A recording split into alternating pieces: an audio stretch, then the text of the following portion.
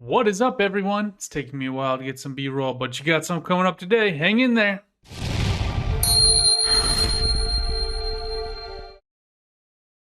All right. The big thing I'd like to do today, since one of my most recently watched videos was my Retaliator Best Bang for the Buck video. So what we're going to actually be doing is going back to what I had just had up on the screen, but we're going to start with the old handy dandy loaner ship matrix. Now, I've done this a bunch of times. Why am I doing it again? Because I want to make very clear that you should be making your purchase decisions based on a few things. One, how much money you have. Don't spend more money than you have. Okay, just I feel like that should be already self-explanatory. But I'm gonna say it because some people just have to be reminded of that when you have, that impulse control take over, and it's really difficult. It happens to me all the time, so don't feel bad if it happens to you. Second, you really want to go through this list and make choices based on time. Okay, so a lot of my choices are based on time. It takes me a significant amount of time to earn the credits in game to buy the ships that I want to play to give me the fun experience that I want to have. Okay, so I want to go into each patch to buy, at least where I am for Star Citizen, to go play the game to have fun. That's first and foremost. Second, I want to earn the money, earn the reputation to do missions to have fun, to earn more money so that I can buy ships that aren't my, how should I put this best? Maybe elite ships or like the perfect fit ships, like ships that I want to buy to review for you guys that I think are poop that could change my mind. One of the ships I'm going to recommend today is one of those ships. So I have changed my mind in the past and I will in the future. And I want to be able to have opportunities to change my mind. But what I definitely want is to get into the game and play the game. I want to play all the game modes that I think are fun, and I want to play them in the order that I want to play them in. And that might be going mining for 1 hour, doing salvage the next, and doing bounty hunting for the next 2 hours on the next day because I can only play in a couple hour increments. Right? So that's kind of how I'm laying out my choices here. In that space, I personally play a lot solo. I'm planning to change that up a little bit soon, but I just don't, I'm not on for long periods of time. Coordinating with other people is its own thing. And I don't want to spend my time coordinating with people. I just want to play the game some days. Let me know in the comments below if you have a different views, different experiences, tips, tricks, whatever. I want to hear those. But that's how I'm basing a lot of my decisions, right? It's like I just want to play a game where I can be immersed, use my Gladiator NXT Evos, and just have a riot with my Tobii eye tracker, flying in a ship, pretending like I'm in a space adventure game, charting my own destiny, imagining it when I'm not playing it. That's what I love about Star Citizen. So let's get down into what I'm recommending and why it's there. Okay, so I still find it hilarious that you still get Nomad from Misk Reliant, and I've had so many people be like, try the Reliant Tana. The Tana's so much fun. It's like, dude, I've flown it. Okay, every free fly, I get it. Because I'm like, man, maybe if I just drink some of this Kool-Aid, it'll be great. I'll still review it. That one's probably not going to change my mind. And I do want to say that the ship maybe I'm wrong, but I'm pretty sure the ship it's based off of is the B-Wing from Star Wars, was like my favorite ship in all of the Star Wars games that you could play it. Like I just loved it. I loved the ship like flipped and twisted, and that you could like fly sideways through a Death Star map or like a slot canyon. You could swing the other way. Like I loved everything about the B-Wing, and then like the wings folded down onto each other. It's like conceptually, I love the ship. It's just kind of poopy, right? Like it just doesn't fly great. It doesn't offer anything that no other ships have. And the thing about the B-Wing was that the cannons were better. So like it needs more firepower, in my opinion. But we'll get to that in a minute. Point being, I like checking this update list. It just keeps updated, and I like it more than the regular Star Citizen one because it gives you a little bit more detail that it doesn't. Okay. What I will do next, if I'm thinking about buying a new ship, and I have been for a little while, after I reviewed the Gladius and the Arrow, I was like, nah, the Gladius is just better, and I changed my mind. I like the Arrow a little bit more. So I'm going to come in and do is look for ships that give me the Arrow. What I also did recently is review the Cutlass Black. You'll notice that the Cutlass Black does not give anything, right? So this is what your ship is, and these are what your loaners are on the left side, on the right side.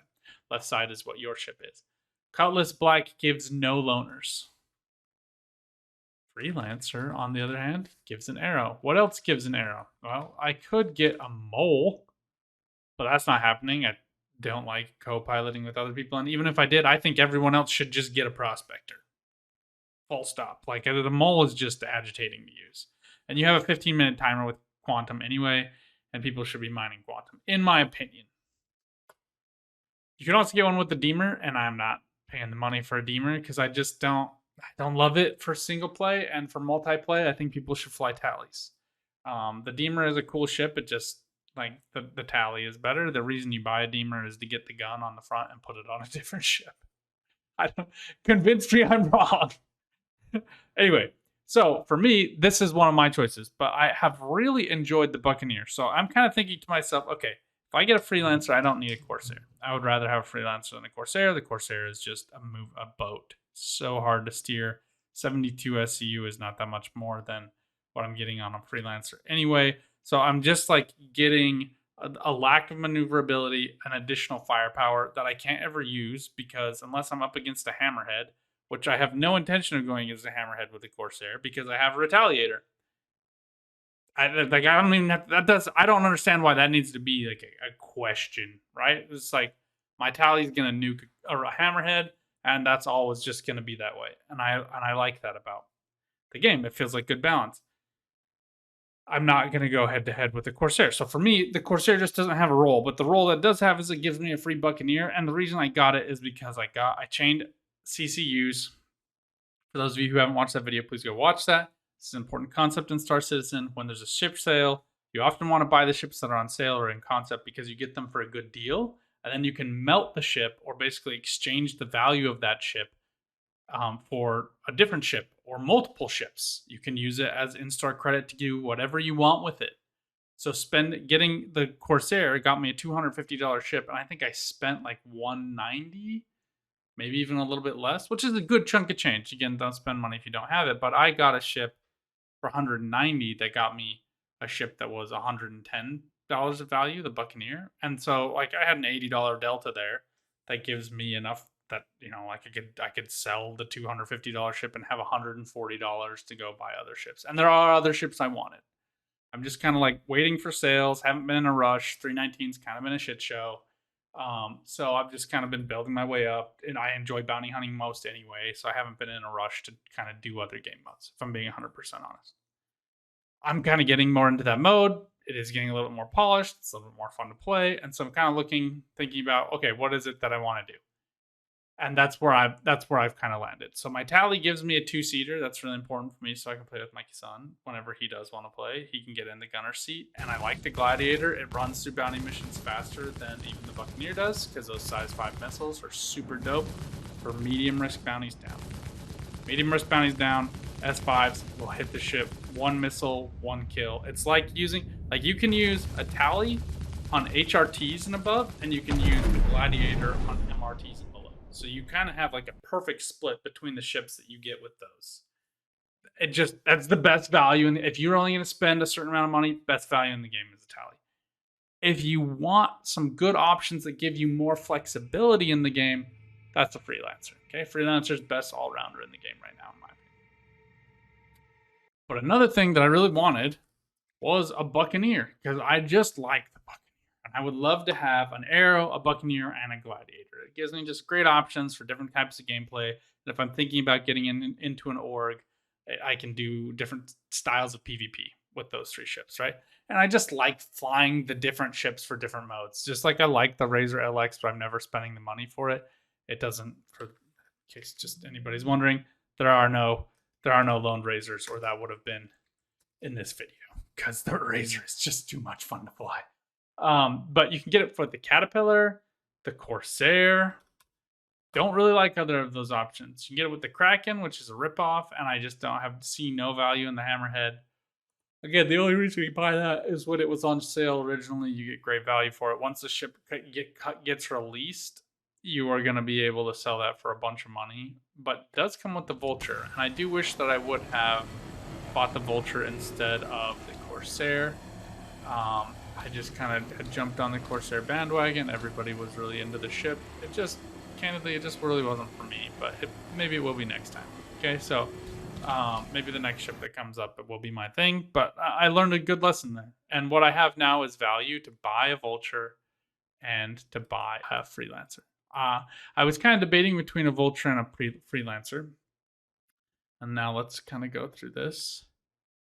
Freelancer is $110, and you're getting with that a $75 ship. So you're spending like honestly $45 on a Freelancer. Because I think the Arrow is just worth having in your arsenal anyway. Phenomenal value, right? Like phenomenal value. So I think that this is like really, really great. The starter package is $125. You can get this anytime. Totally worth it. And if you have had somebody sign up with your star code, like me, I have the Merlin and the MPUV that I can upgrade both of these into the Freelancer. I'm probably going to do the Argo Cargo just because it's a stupid, worthless ship. And I can buy it in game for super cheap if I want to like use it for some other reason. It is going to be potentially valuable with tractor beams and the javelin later on, but neither of those things are in game, and the Freelancer is, and so is the Arrow. And I want those, and I want to tweak with them and have fun with them. So that's a great combo. The Vulture is the next one. This one's $175. This one's pretty pricey, but you're getting a very similar value here, and that the Buccaneer is $110. So you are spending $65 to get the Vulture, and to fly a ship that gives you the only real access to a new gameplay loop that is salvage. And when the ship comes out in game, I expect it to be probably 3 million, which is a lot of work. Like not, and like I'll pare this down to like how many hours of bunkers at 250 AEUC per hour, or bounties at 300 AEUC per hour. But that doesn't count all of the time you have to spend grinding the rep. Like I think I just hit HRTs. I'm not even at VHRTs because it just is so much work. So much work. They've really got to figure out, like, it's got to be based on your profile or something at some point. Like, or that you get a head start in the next patch. I know people love 0 to hero runs. I do not. Okay, I just want to get in my and I think it's based on what your hanger is. Like I have a tally, I want to go out and use it. I can't use a tally on small ones. Now, again, I figured out the Gladiator, Stalker 5s work great. That's a good option for me. So I'm not super complaining, but it just takes work.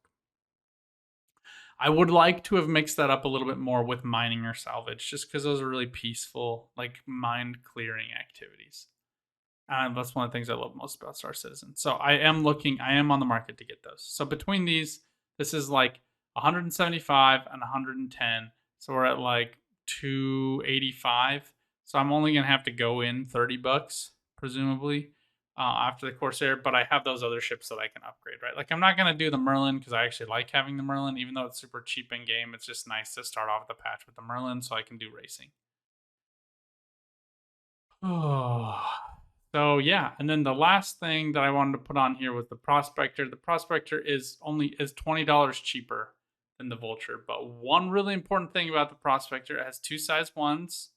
The VTOLs, it can fight a little bit with VTOLs. It does have actually like really good control, much more maneuverability than the Vulture does. Like same guns, but what you don't have with the Prospector is a loner. Now you can get a Prospector with an Orion, an SRV, or an Expanse, but you don't get anything when you buy a Prospector.